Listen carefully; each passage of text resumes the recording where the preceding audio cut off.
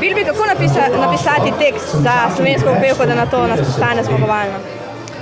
V bistvu nisva vedela z Gregorjem, z mojim možem, da bo ta skladba pristala na slovenski popevki. Nastala je enega lepega večera, v bistvu, ko bi Gregor moral pomivati posodo, pa se mu ni dalo. In je res prijel za kitaro in začel pisati eno lepo skladbo. In ko sem prišla domov, sem bila jesna, da ni posoda pomita, rekel, le, ampak imam pa to.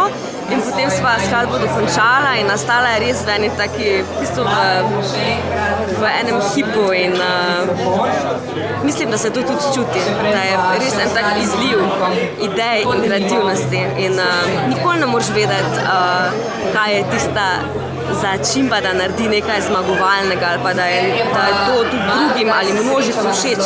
To ne moreš vedeti, to ostane za zmeraj skrivnost in tudi to je nekaj najlepšega.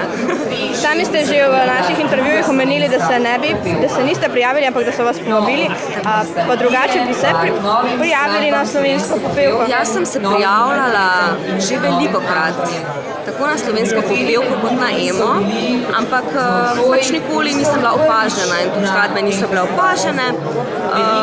Je pač tako, da vse rabi svoj čas, vse dobre stvari morajo zoreti, tako kot dobro vino rabi svoj čas in vse ostale stvari in mogoče je zdaj pač napočil pravi trenutek, da sem se tudi pokazala na takšnem festivalu z tako lepo skladbo.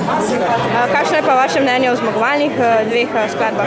Meni so letos vse skladbe zelo všeč, vem, da to zdaj zveni podcukrano, ampak dejansko mislim, da so zelo močne in krasno se mi zdi, da imamo toliko fajnih moških izvajalcev, ki so zadnje čase izgledalo, kot da jih je vedno manj in pač moški izvajalci imajo zmeraj ta svoj šarm in tukaj smo imeli res dva zelo različna izvajalca, zelo čustvena, enega res bolj romantičnega, mehkejšega Rudija in Marka zelo energičnega in strastnega in mislim, da je to zelo zanimiv izid in res sem vesela za njo.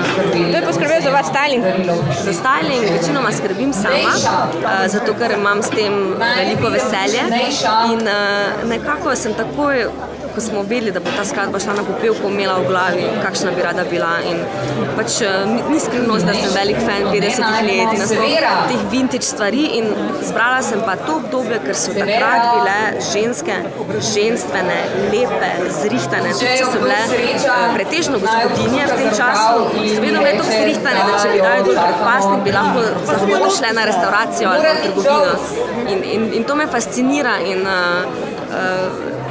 to se mi je zdelo super za okvir te drobne slike, te zgodbe.